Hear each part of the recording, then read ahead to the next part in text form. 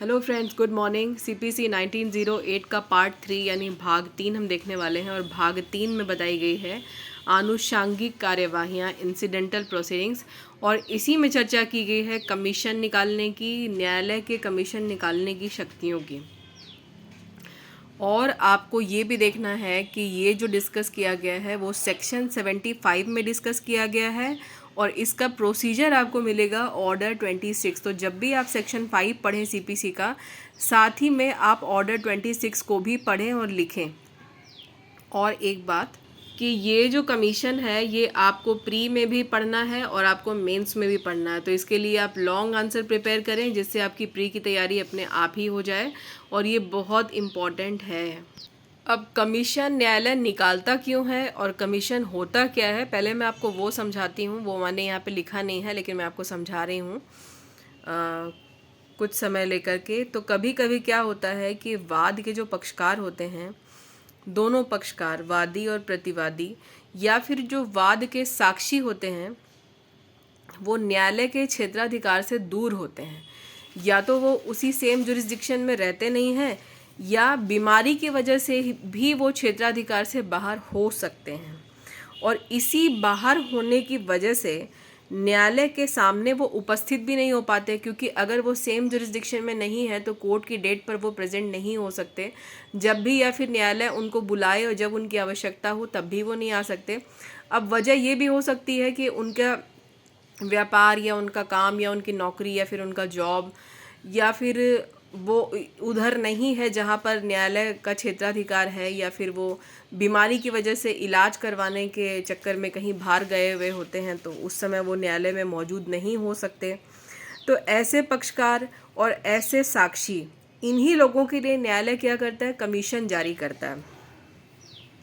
और कमीशन कैसे जारी करता है, कुछ लोगों की कमेटी बनती है, कुछ जुडिशियल ऑफिसर होते हैं कोर्ट के ही, वो 5 मेंबर भी हो सकते हैं, मेंबर्स भी हो सकते हैं, 3 भी हो सकते हैं, 2 भी हो सकते हैं, 4 भी, ये न्यायालय के अपने विवेक पर निर्भर करता है। और उन्हीं लोगों को यानी जुडिशियल ऑफिसर्स को ये प्रिपरेशन करनी पड़ती है कि वो जाएं उन साक्षियों से या उन पक्षकारों से जो भी कोर्ट सवाल जवाब करना चाहता है, या जिस भी चीज़ की जानकारी कोर्ट को उन लोगों से चाहिए होती है, अगर वो नहीं आ पाते तो उनके पास में कमीशन जारी करके यानी उन जुडिशियल ऑफिसर्स को भेजा जाता है, ताकि वो वहाँ पहुँचकर उनसे वो हर चीज़ अवेलेबल करें जो कि कोर्ट को, न्यायालय को उनसे चाहिए होती है। अब वो सवाल जवाब भी हो सकते हैं, या फिर वो कोई भी डॉक्यूमेंट्स हो सकते हैं, या और भी कुछ हो सकता है, जो भी रिक्वायरमेंट हो कोर्ट की वो पूरी हो सकती है। यही चीज़ आपको सीआरपीसी में भी मिलेगी, पर सीआरपीसी में ये भी मेंशन किया गया है कि जो कमीशन का जो खर्चा होता है, यानी जो भी जुडिशियल ऑफिसर्स यहाँ से जाते हैं वहाँ पे पक्षकारों के पास में, तो उनका खर्चा भी उन्हीं लोगों को देना पड़ता है जिनके लिए कमीशन जारी किया गया है। अब आप अगर देखिएगा सीआरपीसी में, अगर आपने बहुत डिटेल में पढ़ा होगा तो सेम यही चीज़ आपको मिल जाएगी वहाँ पर भी। तो मुझे लगता है कि आप ये समझ गए होंगे कि इंसिडेंटल प्रोसीडिंग आखिर होती क्या है, और उसके लिए कमीशन क्या होता है उसमें, और कमीशन निकाला क्यों जाता है। और कमीशन का मतलब कोई टॉपिक ऐसा नहीं है, कमीशन में कुछ लोग होते हैं और वो ही जुडिशियल ऑफिसर्स ही होते हैं जो कि जाते हैं वादियों के पास में, प्रतिवादियों के पास में, या फिर साक्षियों के पास में कोर्ट की रिक्वायरमेंट के हिसाब से। और वो कब जाते हैं, जब साक्षी मौजूद नहीं होते हैं, वादी प्रतिवादी मौजूद नहीं होते हैं या आ नहीं सकते हैं, चाहे वो उनका व्यापार हो, उनकी नौकरी हो, या फिर उनकी बीमारी, किसी वजह से भी अगर वो न्यायालय के क्षेत्राधिकार में उपस्थित नहीं होते हैं तो फिर कमीशन उनके लिए निकाला जाता है। तो यही चीज़ आपको पढ़नी है सेक्शन 75 में, और यही चीज़ आपको पढ़नी है ऑर्डर 26 में भी। अब ऑर्डर 26 में कितने रूल्स आपको पढ़ने हैं ये मैं आपको लास्ट में बताऊंगी। पहले हम ये देखते हैं कि कौन कौन सी ऐसी बातें हैं जिसके लिए न्यायालय कमीशन जारी करते हैं, यानी कि जुडिशियल ऑफिसर्स को प्रिपेयर करके, चुन के, एक कमेटी बना करके भेजा जाता है। तो वो आइए हम देखते हैं उन पॉइंट्स को, बहुत इंपॉर्टेंट पॉइंट्स हैं। आइए, जैसे ही आप सेक्शन 75 खोलेंगे अपने बेयर एक्ट में या बुक में, तो वहाँ पे आपको मिलेगा कमीशन निकालने की न्यायालय की शक्ति। तो ये कोर्ट का पावर है, powers of court to issue commissions.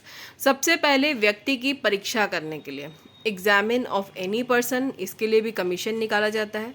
दूसरा, स्थानीय अन्वेषण के लिए, लोकल इन्वेस्टिगेशन के लिए कमीशन निकाला जाता है। तीसरा, लेखाओं की परीक्षा और उनका समायोजन, एग्जामिन और adjust two of account, account को एडजस्ट करने के लिए भी। उसके बाद विभाजन के लिए मेक अ पार्टीशन, पार्टीशन के लिए भी कमीशन जारी किया जाता है। देखते हैं नेक्स्ट पॉइंट। बुक में और बेयर एक्ट में ABCDE करके दिया हुआ है पॉइंट टू पॉइंट, लेकिन मैंने यहाँ पे नंबर्स में लिखा है तो कोई दिक्कत नहीं है, आप बेयर एक्ट से ही पढ़िएगा तो ऐसे याद भी रह जाएगा आपको कि कितने टोटल हैं। तो नेक्स्ट है 5 नंबर, वैज्ञानिक और तकनीकी या फिर विशेषज्ञ अन्वेषण के लिए भी न्यायालय कमीशन निकालते हैं। Hold a scientific, technical and expert investigation, उस तरह की संपत्ति के विक्रय के लिए अन्वेषण निकाला जाता है जिस संपत्ति की जो प्रकृति है वो शीघ्र ही शीघ्र क्षयशील है, मतलब कि अगर हमने उसे सेल नहीं किया तो वो नष्ट हो जाएगी, बर्बाद हो जाएगी, क्योंकि उसकी प्रकृति ही है कि वो ज़्यादा दिन तक चल नहीं सकती। और उस तरह की जो प्रॉपर्टीज़ होती है तब तक न्यायालय के संरक्षण में, न्यायालय के कस्टडी में रहेगी, कोर्ट की कस्टडी में, जब तक जो है सूट पेंडिंग रहता है, जब तक सूट को डिटरमाइन नहीं कर लिया जाता है तब तक के लिए। तो sale of property which is subject to speedy and natural decay and which is the custody of court pending suit. और बेयर एक्ट में आप देखिएगा तो वहाँ पे आपको मिलेगा pending the determination of the suit. तो यहाँ पर जगह कम थी इसलिए मैंने थोड़ा सा शॉर्ट में ही लिखा। अब एक और पॉइंट बचा हुआ है जिसके लिए कोर्ट कमीशन निकालती है। अनुसचिवीय कार्य के लिए भी कमीशन जारी किया जाता है। परफॉर्म एनी मिनिस्टीरियल एक्ट, तो ये तो हो गया सेक्शन 75 में बताया जा रहा है कि किन किन चीज़ों के लिए कोर्ट जो है कमीशन निकालती है। अब हम ऑर्डर 26 भी देख लेते हैं कि उसमें आपको कौन सा रूल पढ़ना है। तो ऑर्डर 26 में जो रूल पढ़ना है वो मैं यहाँ पे डिफ़ाइन तो नहीं करूँगी, क्योंकि उतना मुझे लगता नहीं है कि उतना डिटेल में पूछा जाता है। तो जो जो आपको पढ़ना है वो मैं बता देती हूँ। अभी कुछ सेकंड पहले मैंने बोला था कि उतना डिटेल में नहीं पढ़ना है, तो ये मैं बता देती हूँ कि कहाँ डिटेल में नहीं पढ़ना और कहाँ पढ़ना है वो जान लीजिए। तो प्री में आपको डिटेल में नहीं देखना है, तो प्री में कुछ ही चीज़ें हैं जो ऑर्डर से पूछी जाती हैं, लेकिन मेंस में आपको डिटेल में पढ़ना ही नहीं, बार बार लिखना भी है। तो आप देखिए कि प्री में 26 जो ऑर्डर है उसमें क्या क्या रूल पूछा जाता है। 4A और 10A ही अभी तक पूछा गया है बार बार, और वो भी जहाँ पर मेजर एक्ट्स को ज़्यादा नंबर्स में पूछा जा रहा है क्वेश्चंस को, वहाँ पर पूछा जाता है। अब बिहार जैसे जगह के लिए मैं नहीं बोल रही हूँ जहाँ पे मेजर एक्ट से सिर्फ 5 या 6 ही आपको पूछा जाता है, वैसा नहीं है। तो इसमें टोटल 22 रूल्स आपको मिलेंगे ऑर्डर 26 में। तो आपको प्री के लिए पढ़ना है 4A और 10A, तो इसे आप खाली देख लीजिएगा। लेकिन अगर आप मेंस की बात करते हैं तो आपसे ज़बरदस्त क्वेश्चन मेंस में, एक बात मैं आपको बता दूं कि सबसे ज़्यादा क्वेश्चन आपको मेंस में CPC के ही मिलेंगे। बिहार जुडिशरी की बात करते हैं, और कोई भी जुडिशरी एग्ज़ाम आप दे रहे हैं और अगर वहाँ पे आप मेजर एक्ट्स पे लिख रहे हैं तो आपको CPC में ये लिखना पढ़ना हर हाल में होगा। तो आप देखिए यहाँ पे rule 1, rule 2, rule 4, rule 9, rule 10A, B और C, उसके बाद रूल 11, 13 और 19, ये आपको लिखना होगा, बार बार लिखना होगा। तो इन रूल्स में क्या डिस्कस किया गया है वो हम अगली वीडियो में डिस्कस करेंगे। अभी डिस्कस करेंगे तो मुझे लगता है कि आधे घंटे का वीडियो हो जाएगा और बहुत बोरिंग भी हो जाएगा, तो इसे हम यहीं पर स्टॉप करते हैं।